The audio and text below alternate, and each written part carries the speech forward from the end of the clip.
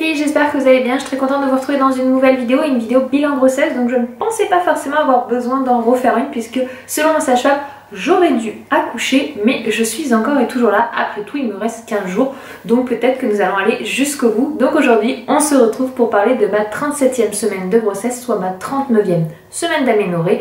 Donc je suis au milieu du 9e mois, il me reste encore 2 semaines avant d'être à terme, soit normalement le 5 avril. Donc c'est parti, on va commencer par les symptômes de cette semaine-ci qui sont au nombre de 4. Le premier, le ventre est descendu, plus exactement l'utérus qui fait que le ventre est plus bas. Oui, vous êtes plusieurs à l'avoir constaté dans les vlogs, j'ai le ventre qui est descendu encore une fois. Je dirais que c'est commencé à descendre déjà il y a un petit moment, mais il y a eu une rechute du bidou, peut-être l'atmosphère qui fait que boing, ça descend. En tout cas voilà, c'est tout à fait normal et signe de fin de grossesse. Et oui, mon ventre est bien descendu, toujours rond, mais plus bas. Deuxième symptôme, meilleure respiration. Je dirais pas pour moi, je suis toujours essoufflée, l'essoufflement n'est pas parti. Est-ce que je suis plus ou moins essoufflée? Non, je dirais pas plus. Peut-être un petit peu moins, j'ai l'impression que ça va un petit peu mieux au niveau de l'essoufflement. Sauf si je parle beaucoup et que je marche en même temps, là c'est pas la peine. Mais je trouve que de ce côté-là, ça va un petit peu mieux, mais pas autant que ce qu'il voulait dire par meilleure respiration en mode plus d'essoufflage quoi. Pas pour moi. Envie fréquente d'uriner, ça c'est la conséquence due au fait que le ventre est baissé, puisque certes du coup on a les poumons qui sont libérés pour mieux respirer, mais ça vient appuyer sur la vessie. Oui, j'ai toujours pris l'habitude de me lever une fois dans la nuit, généralement c'est vers entre 3 et 5 heures où je me lève pour aller aux toilettes, parce que ma petite vessie me dit « Au secours, je suis écrasée !»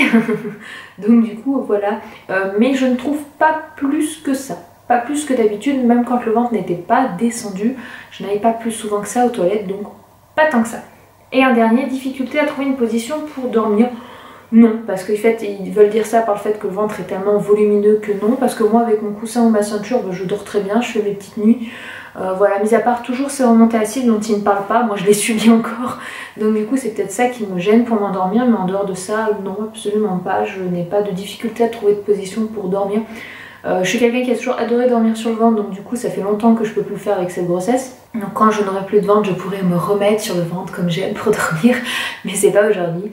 Donc voilà, donc non, pas de difficulté à dormir, heureusement, c'est au moins ça. Ensuite on va parler de bébé. À ce stade, bébé fait environ 3 kg pour 48 cm. Ça reste encore une généralité parce que beaucoup de bébés naissent et ne font pas 3 kg et arrivent à ce stade-là, 48 cm, parce que je crois que si je ne dis pas de bêtises, c'est la moyenne en taille d'un enfant à la naissance. En moyenne, un enfant fait 48 cm, si je ne dis pas de bêtises, il me semble que c'est ce qu'on m'avait dit. Donc sans doute, elle doit tourner dans ces environs-là au niveau poids. Je pense pas forcément 48 cm parce qu'on me l'a estimée un petit peu plus petite que la moyenne, donc du coup, elle ne doit pas trop les faire. Mais de manière générale, c'est à peu près les normes.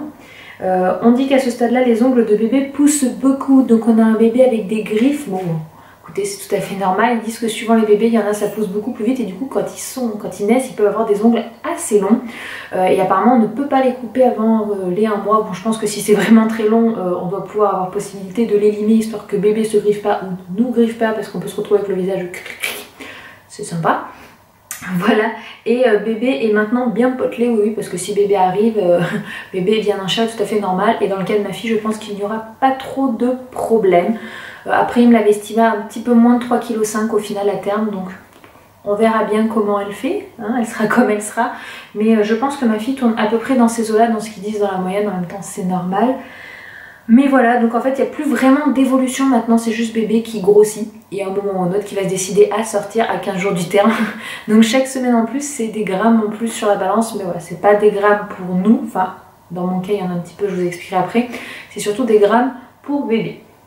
Ensuite, ma semaine à moi, j'ai plusieurs choses à noter. D'abord, vous l'avez remarqué, moi-même et mon homme aussi, bref, tout le monde l'a vu, je suis de nouveau en pleine forme. Vraiment, le peps et la dynamique est revenue. J'ai l'impression que je suis pas du tout en fin de grossesse. Je suis fatiguée, oui, quand j'ai fait des soirées, comme on allait faire l'anniversaire de mon neveu, la veille, on est sorti, on est rentré à 1 h du matin. Pour moi, c'était juste, j'ai l'impression dans ma tête que c'était 5 h du matin. Je m'enrobais d'ailleurs encore pas vraiment. Pourtant ça fait déjà 4 jours mais je me traîne un petit peu. De ce côté là, ça oui c'est dû à la grossesse que je me traîne un petit peu pour récupérer. Mais sinon non, je suis en pleine forme. J'ai strictement pas l'impression d'être au bout de ma grossesse et de pouvoir accoucher à tout moment.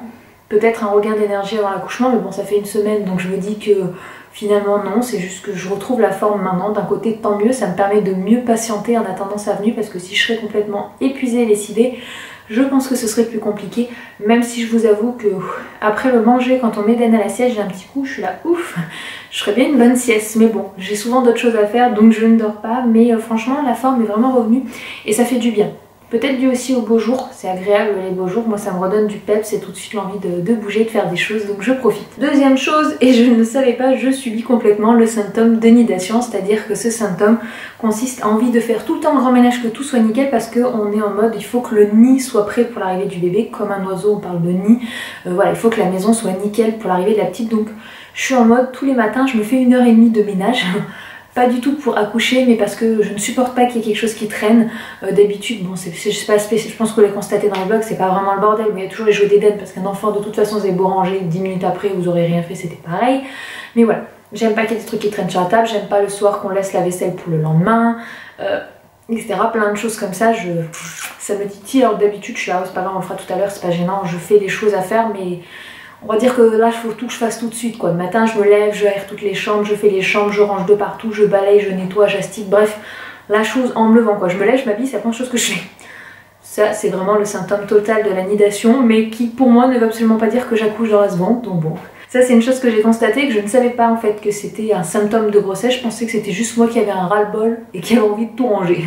Mais non, c'est dû à la grossesse. Donc j'ai rassuré mon homme en lui disant que quand j'accoucherais, qu'il ne s'inquiéterait pas, ça serait plus le cas. Il a souri en disant « Ah ah ah, mais moi ça me va bien que tu fasses ton ménage. » Ensuite, la chose, j'écoute mon corps pour le moindre signe pour le départ à la maternité. Et oui, comme mon sage-femme m'avait dit que pour lui, j'accoucherais en gros maximum au 19. Et qu'aujourd'hui où je tourne cette vidéo, nous sommes le 21, où vous la voyez, on est le 22, je n'ai pas accouché. Donc du coup, c'est vrai que je suis là à écouter le moindre signe. Ah, est-ce que c'est des contractions? Ah, est-ce que je vais perdre mes poches des os? Voilà quoi. Alors après, j'ai essayé de manger épicé, de marcher, etc. Bref, les différentes choses qui peuvent provoquer la naissance, mais elle arrivera quand elle arrivera. Moi maintenant, je me dis, j'en ai marre de bouger pour essayer. Ça viendra quand ça viendra. Donc bébé bouge moins qu'avant, dans le sens où elle était vraiment à me faire des énormes coups tout le temps. C'était la Holla H24 dans mon ventre. Elle bouge moins, parce que je pense qu'elle commence effectivement à avoir moins de place, c'est peut-être temps à la fin. Mais elle bouge encore pas mal, puisque mon sage-femme me l'avait dit, j'ai plus de liquide amniotique que pour ma première grossesse. Et du coup elle arrive encore à un peu déplacer ses fesses de côté, parce qu'elle les a vraiment, ses fesses au niveau du milieu de mon ventre, mais des fois un peu plus à gauche, un peu plus à droite, ce qui fait que des fois elle met des coups de pied à gauche et des fois des coups de pied à droite. Je me dis quand même à 15 jours du terme elle arrive encore à faire ça, ce qui veut dire qu'elle a encore pas mal de place, donc bon, c'est qu'elle est encore bien là-bas dedans et que rien ne la presse à sortir vu qu'elle a de la place, mais moins parce que c'est vrai que c'est que par moment de la journée, alors qu'avant c'était à longueur de journée qu'elle bougeait, donc bon. Elle bouge quand même encore, d'ailleurs au moment où je vous parle elle bouge pour me dire « Hé maman t'inquiète je bouge !» D'ailleurs à un moment je l'avais pas senti pendant plusieurs heures, j'étais là, bizarre quand même, je l'ai pas senti depuis un petit moment, puis là je tombe, il m'a mis des petits coups en mode « Rassure-toi maman, rien de grave !»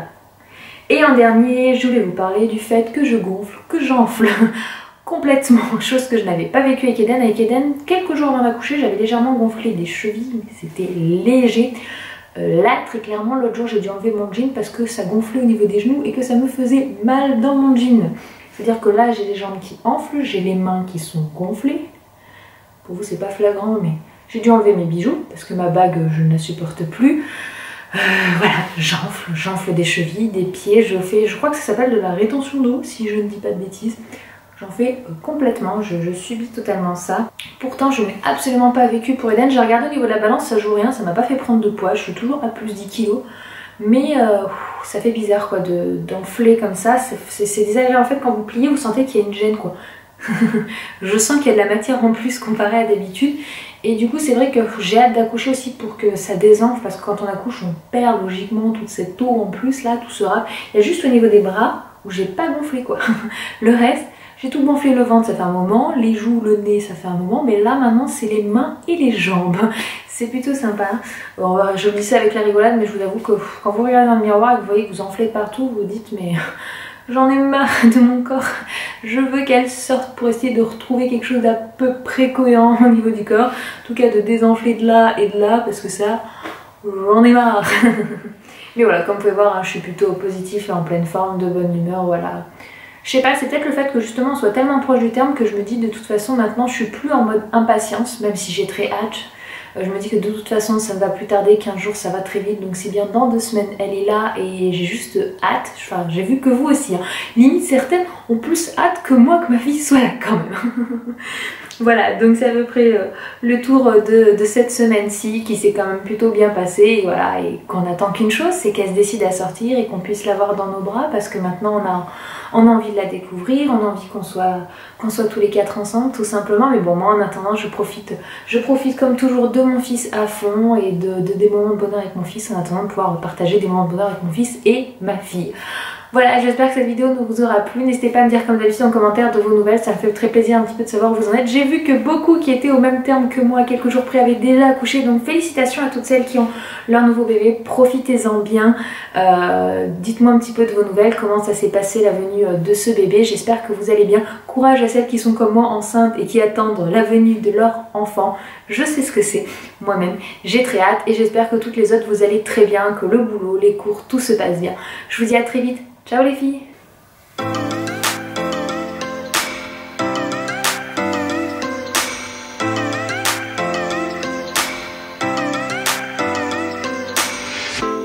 I shut my eyes, trying not to speak, pretend that I'm dreaming. I smell your breath, not listening, but I still hear you screaming.